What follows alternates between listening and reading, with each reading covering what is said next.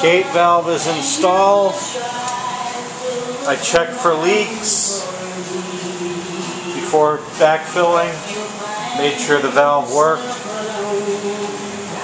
This bucket, when the concrete comes out, this bucket will come out and it'll be surrounded in concrete, and it's pitching in, so it's not only is it a drain in case there's a flood with natural rainwater, which hopefully that'll never happen, but I'll never get sewer water back up again with this valve.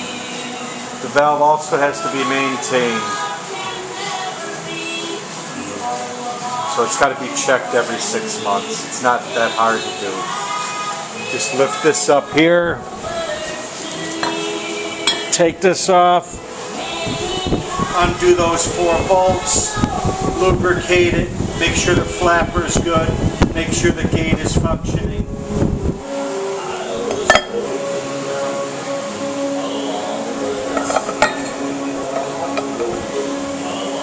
Very simple to operate. But the gate is what I want. I didn't want to be dependent on the flapper alone. So this valve was great. It has both the flapper and a manual gate. So if it's going to be a heavy rain, I shut the gate and disconnect myself from the sewer.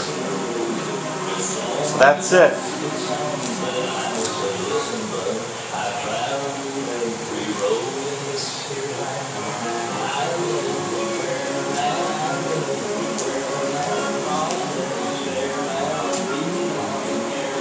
Thank you.